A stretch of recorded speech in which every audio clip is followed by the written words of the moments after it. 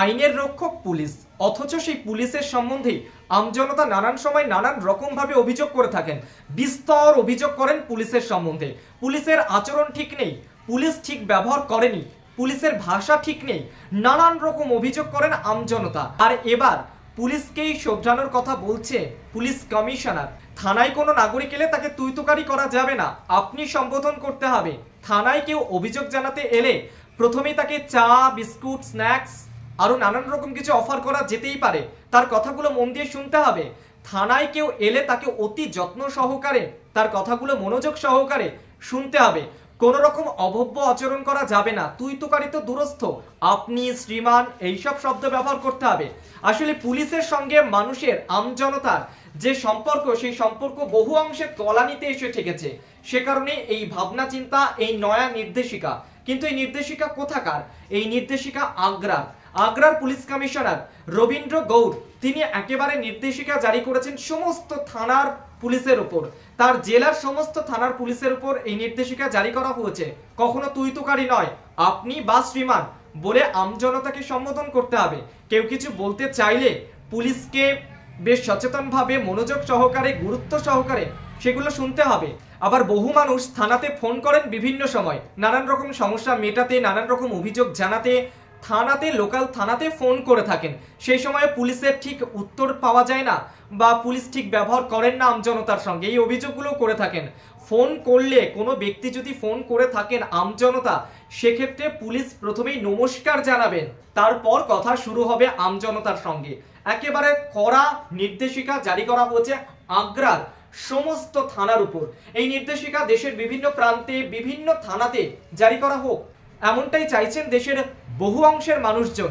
আর তার পাশাপাশি রবীন্দ্র গৌর যিনি রয়েছেন পুলিশ কমিশনার, তাকে প্রশংসা করছেন নেটিজেনরা, আমজনতা। পুলিশ যদি শোধরান নিজেদেরকে, পুলিশের আচরণ যদি ঠিক হয়, তাহলে পুলিশের সঙ্গে আমজনতার যে বন্ডিং, যে সম্পর্ক, তারও মজবুত হবে, সমাজ আরো উন্নতির দিকে এগিয়ে যাবে, এমনটাই বলছেন আমজনতা।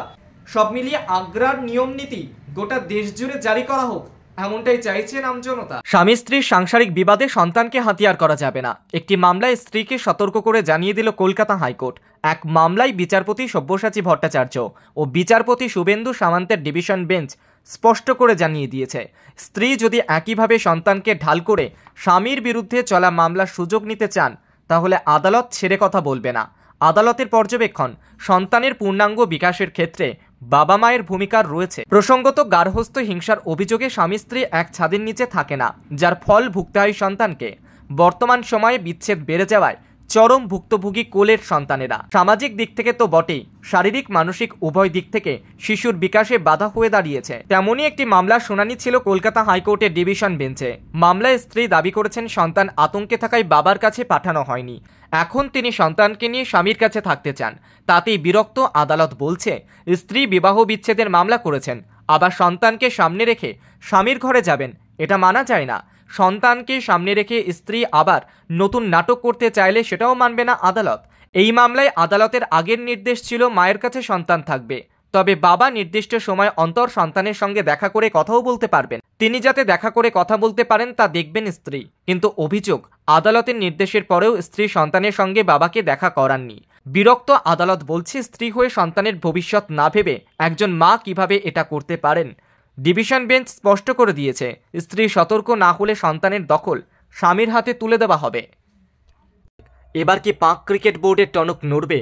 যা পরিস্থিতি তাতে ক্রিকেট মহলে এই নিয়েই চলছে আলোচনা। আসন্ন চ্যাম্পিয়ন্স ট্রফির আয়োজক এবার পাকিস্তান। ফেব্রুয়ারি মাসের 19 তারিখ থেকে এই টুর্নামেন্ট শুরু হতে চলেছে। তার আগে প্রবল চাপে পিসিবি। সে দেশের ক্রিকেট বোর্ডের প্রধান অবশ্য এখনও মানতে নারাজ যে তারা সমস্যায় রয়েছেন। সমস্যা সত্যিই বড়, কারণ পাকিস্তানের যে 3 ভেন্যুতে এই টুর্নামেন্টের আয়োজন করা হবে তার একটিরও সংস্কারের কাজ পুরোপুরি হয়নি। এবার যে কারণে স্টেডিয়ামের কাজ নিয়ে পিসিবিকে হুঁশিয়ারি দিচ্ছে আইসিসি। চ্যাম্পিয়ন্স ট্রফি শুরু হতে 44 দিন বাকি রয়েছে, তবে আইসিসি পিসিবিকে স্টেডিয়াম সংস্কারের কাজ শেষ করার জন্য ডেডলাইন বেঁধে দিয়েছে 25শে জানুয়ারি। সম্প্রতি পিসিবি চেয়ারম্যান মাহসিন নাকবি লাহোরের গদ্দাফি স্টেডিয়ামের কাজ দেখতে গিয়েছিলেন।